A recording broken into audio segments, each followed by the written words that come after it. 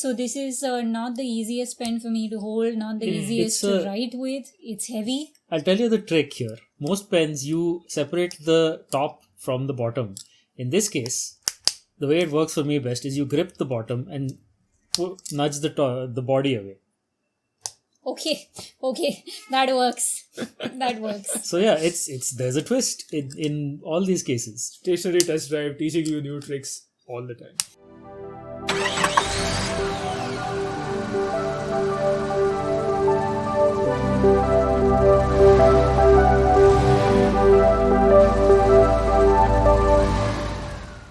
Hello and welcome to Stationary Test Drive, where this week we'll be looking at the Pelikan Twist fountain pen.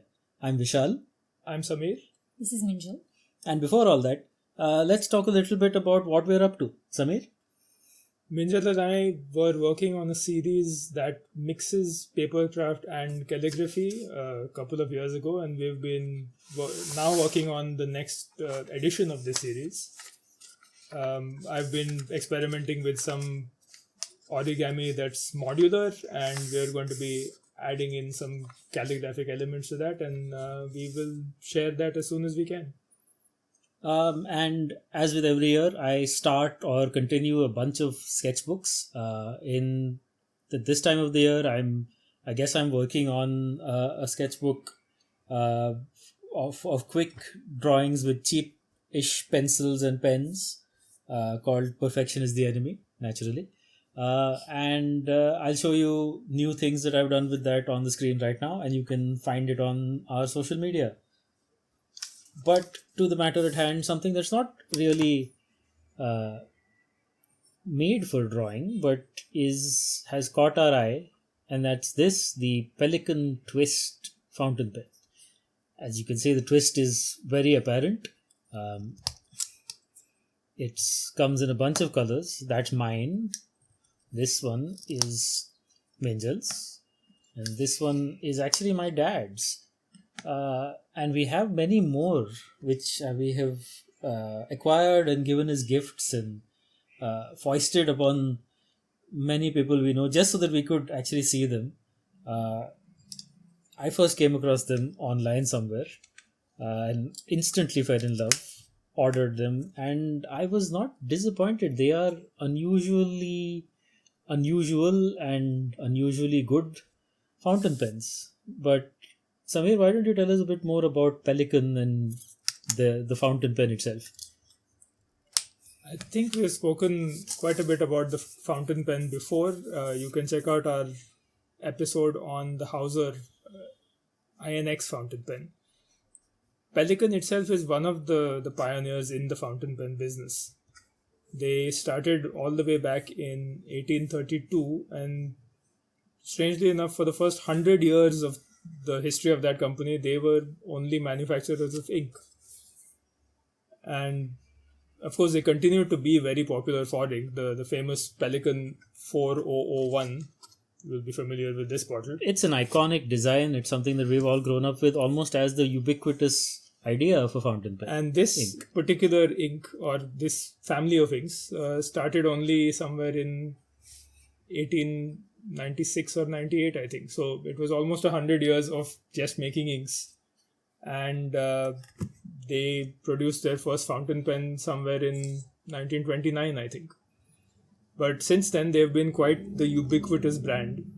I remember when Vishal and I first started using fountain pens in school, I'm sure one of us had a Pelikan pen. Yes, to begin with. I think we had Pelikans, and then later Schaeffers and Parkers kind of came into the flow. But I remember that if you weren't using one of the bog standard Heroes or cheap Chinese fountain pens, you aimed to get a Pelikan. And also you aim to get a Pelikan because of this wonderful ink. Because you thought that, okay, if the ink's this one, then maybe I should get the same pen. Yeah, so I've always loved fountain pens. I've loved using them for other than just the uses as writing implements. But this one, because of the twist, it's a bit hard to show on camera, but it's designed in a way that it sits in your hand in a very specific way.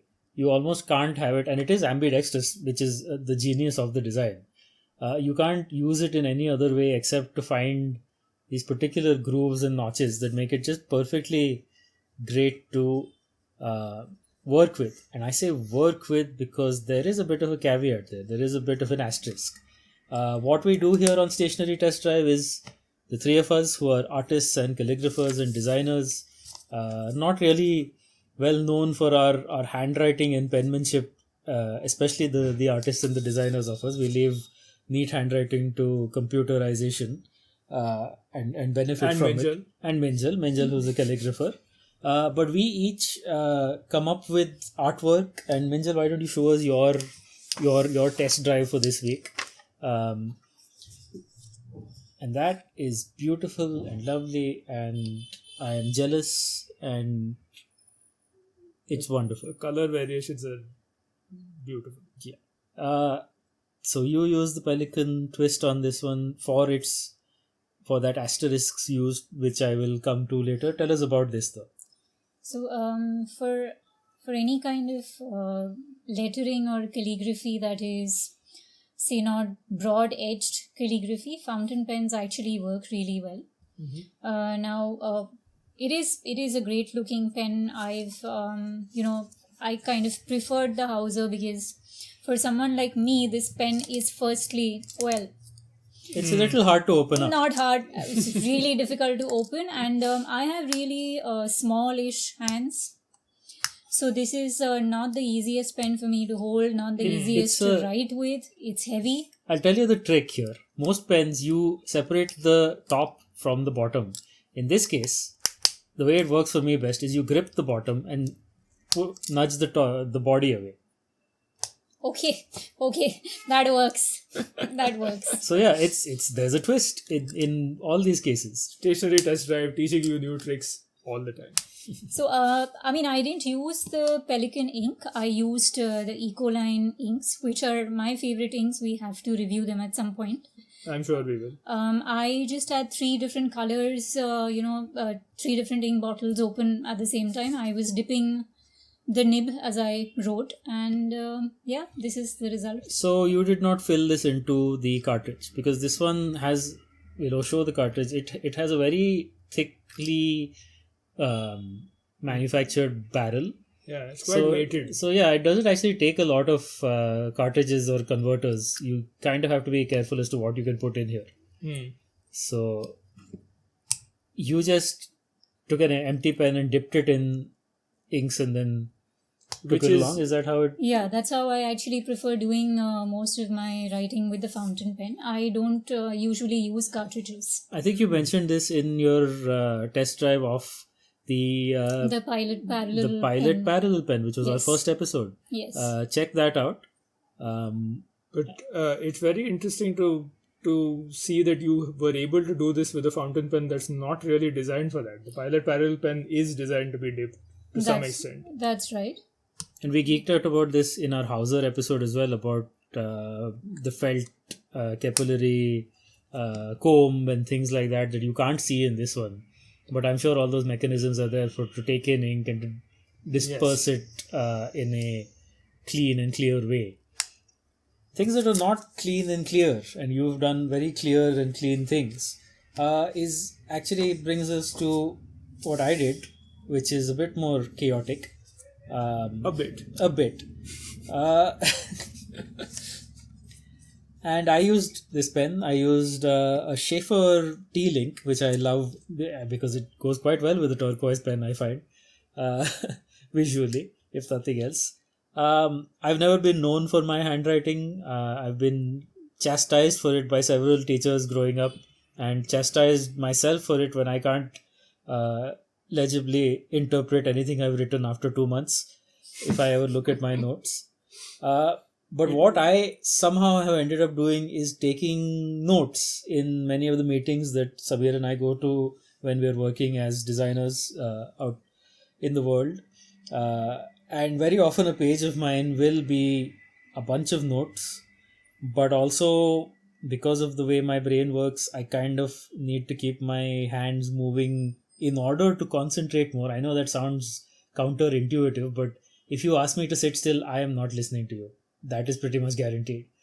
However, if my hands are moving, if I'm doodling in the margins or drawing things very often, I'm probably listening to you better than even you think you are.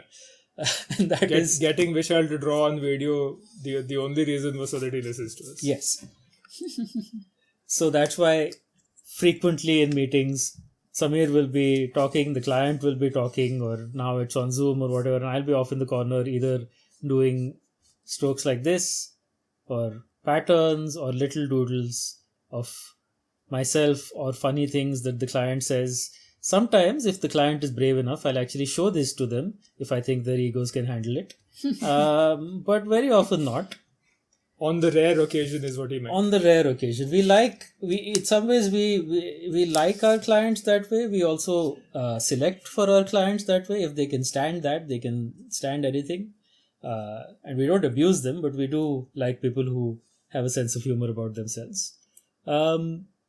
Vishal, do we see you in a comic very soon? Yes, I mean that we've discussed this on previous episodes when we were talking about things we worked on. I am working on comics where a version of me appears. This version of me is a newer one with a more of a receding hairline, which I think is just appropriate as I get older.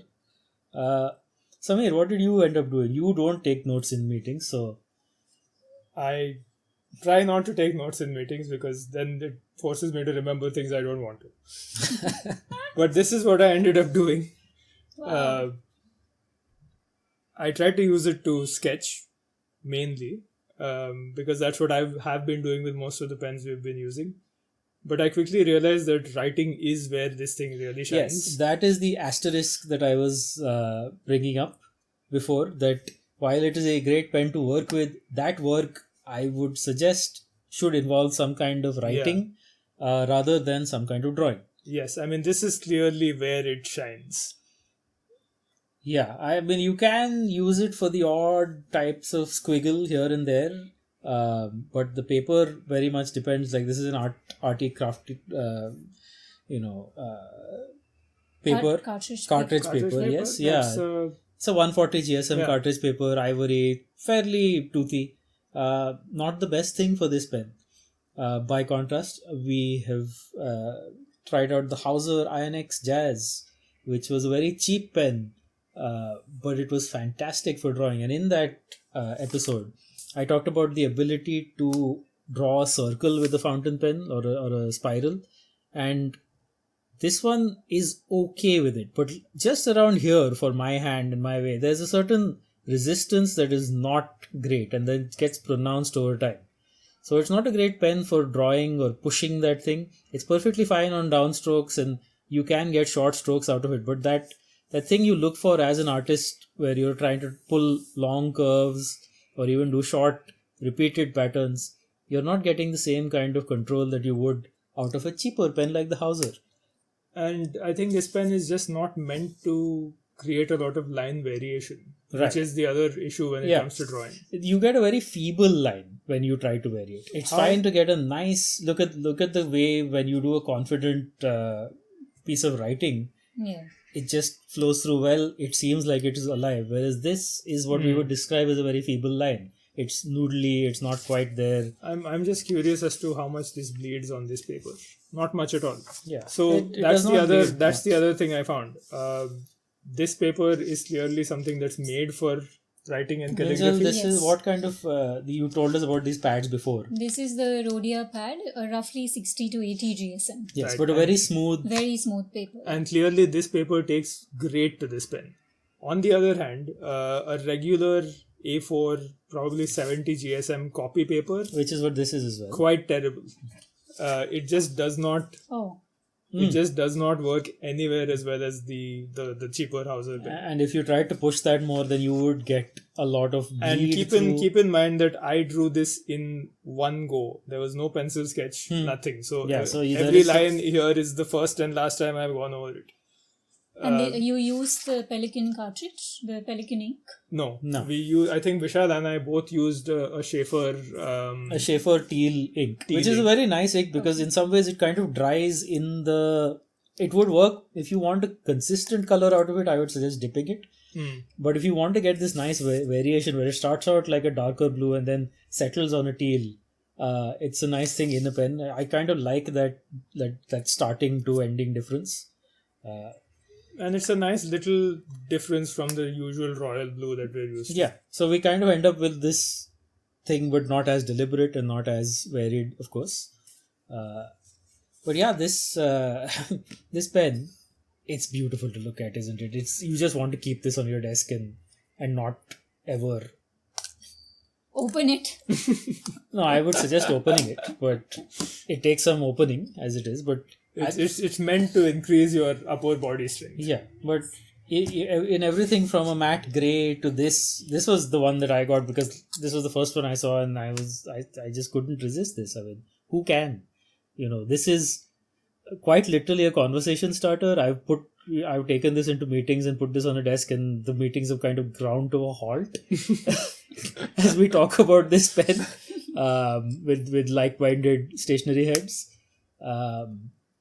I've given it as gifts to people. These are both gifts given. It's not a cheap pen. It's No. not an expensive pen where, look, as people who make things with this stationery as test drivers, as whatever, we enjoy using these things. We don't just buy them for ornamental gift giving or for like we said, to just sit on the desk somewhere. If this pen was absolutely horrible to actually work with, I would never have bought any more of them or suggested them to anyone, and you would not be seeing this episode because these are good pens. They're just not good for drawing. Yeah, I think they are we said about the Hauser, which was a very inexpensive pen. Yeah, That it's a great. it's a 20 great times cheaper than this. Yeah, and the Hauser is a great starting pen. Yeah, In that, if you're a student and who have never used a fountain pen before, that's a great inexpensive way to get into fountain pens. it's very forgiving. This is exactly the same, but at a completely different price point. This is a great starter pen if you're a kid, especially, or you have a kid who's never used a fountain pen before, and you have some money to spend on a good fountain pen so that they can learn to write with a fountain pen. I think this is actually a good one. But for general use, the way we use it, where it's kind of an illustrative instrument, no, it doesn't really work very well. But I think a lot of the ergonomics of it are designed to make new users especially hold it in that particular way. Because ultimately we all end up with our own quirks as to how we hold pens. Yeah, and you and- can try it in a different way, but you're not getting anything out And of if it. you're going for a very good handwriting formal style, then the way we end up holding a pen is often wrong, quite simply. So this pen in some ways is almost a training pen. We spoke in a previous episode about each tool having a pace of its own, if you remember. This pen certainly has a pace of its own. You can't rush it, and if you don't rush it, then it rewards you. Otherwise, if you try, you can get something out of it, and you can get a lively line, but it's not a good, confident line.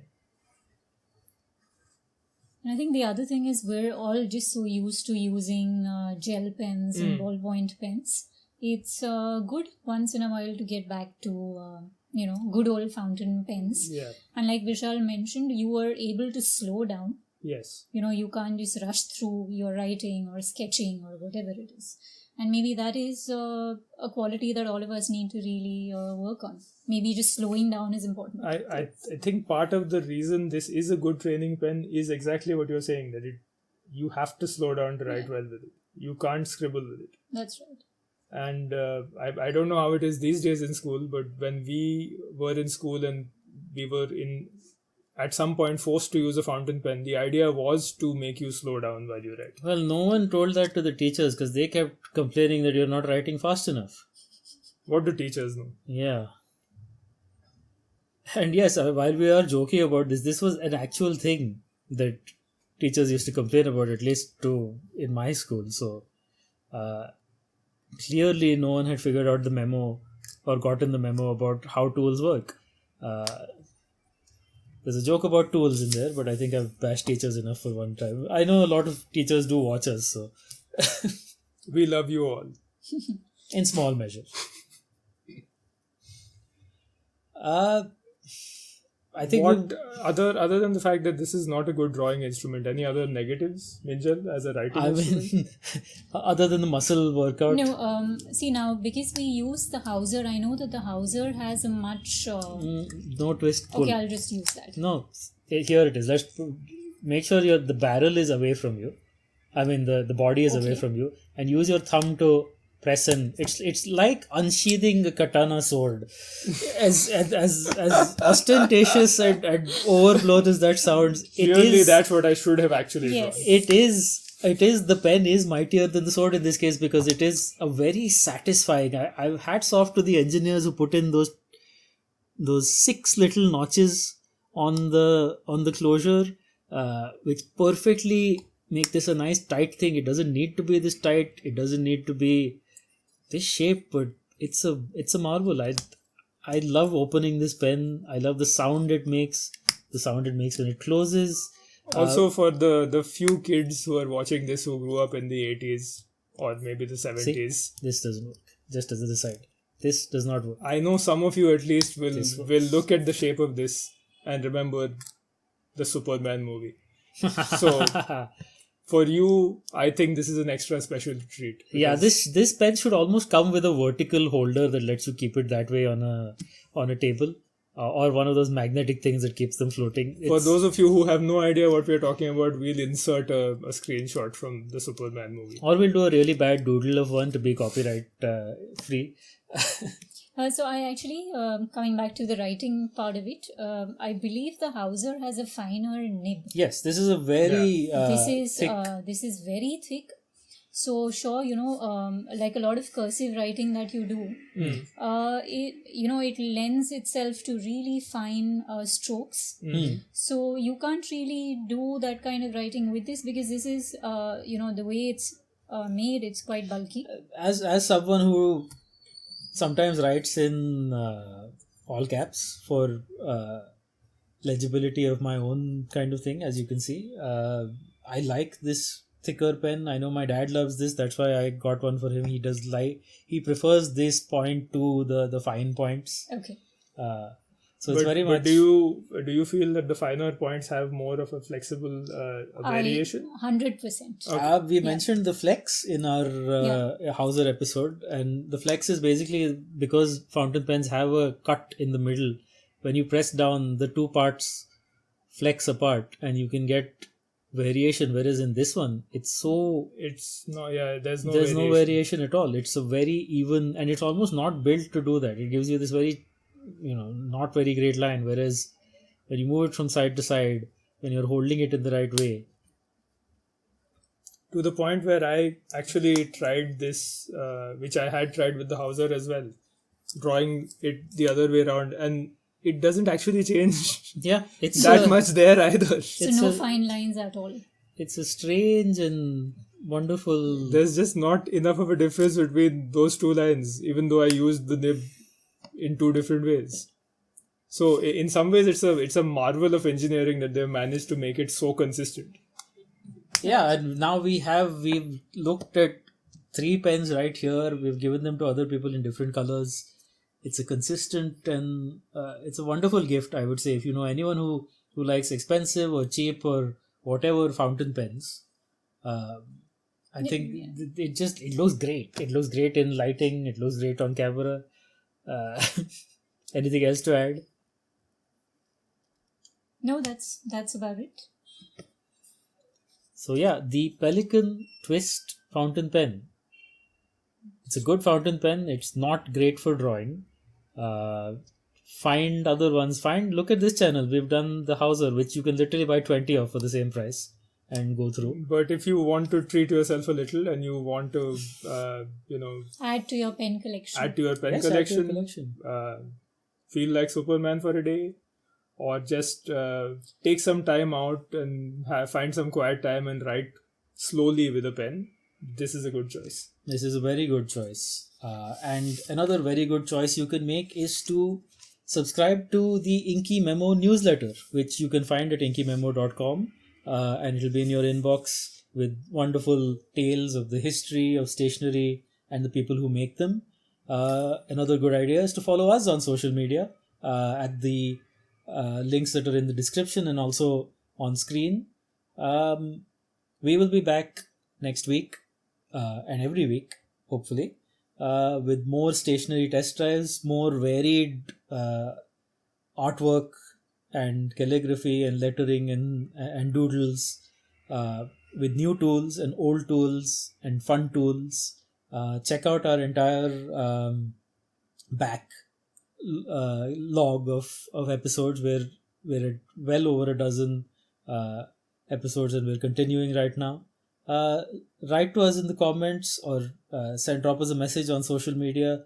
Tell us if you've picked up a pen like this, what you've used it for. Show us what you've used it for. We always love to see what people are getting up to with these sort of things, because we are a test bed of three, a test team of three, and we always love to see what other people are doing. So find us and show us your work and put some twists into your life, because I'm Vishal. I'm Samir. I'm Minjal. This has been Stationary Test Drive. See you.